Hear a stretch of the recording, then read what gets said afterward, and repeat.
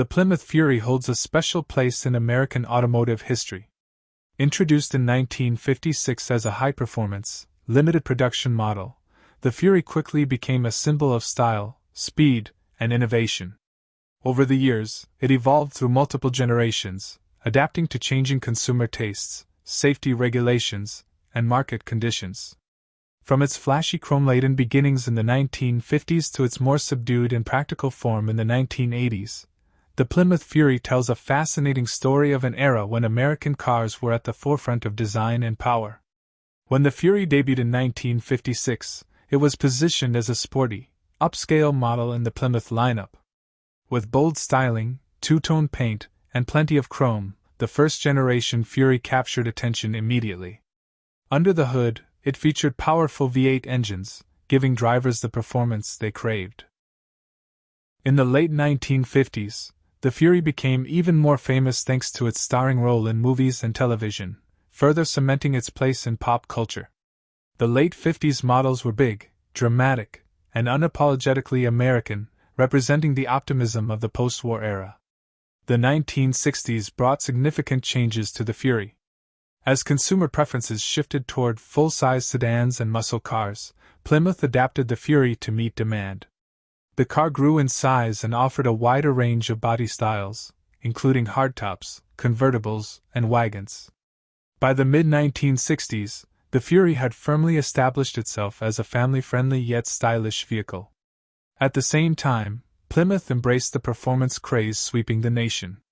High-performance versions like the Sport Fury and the Fury GT added excitement to the lineup, equipped with big-block V8 engines and sporty features. These models appealed to enthusiasts who wanted both comfort and muscle under one roof.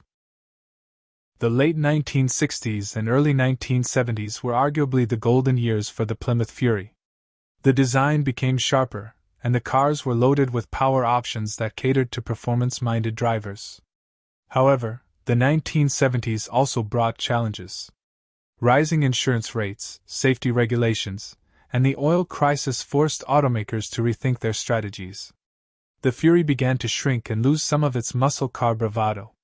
It transitioned from a performance icon to a more practical full-size sedan. Despite these changes, the Fury continued to be a popular choice for families, law enforcement, and even taxi fleets, thanks to its durability and roomy interiors. By the late 1970s and early 1980s, the automotive landscape had changed dramatically. Downsizing was the trend, and Plymouth followed suit. The Fury adopted a more conservative design and emphasized fuel efficiency and affordability over raw power. While these later models lacked the flamboyant style and performance of earlier generations, they maintained a loyal following among buyers who valued reliability. The final years of the Fury, leading up to 1989, were marked by practicality rather than prestige. Still, for those who remembered its glory days, the name, Fury, continued to evoke nostalgia and respect.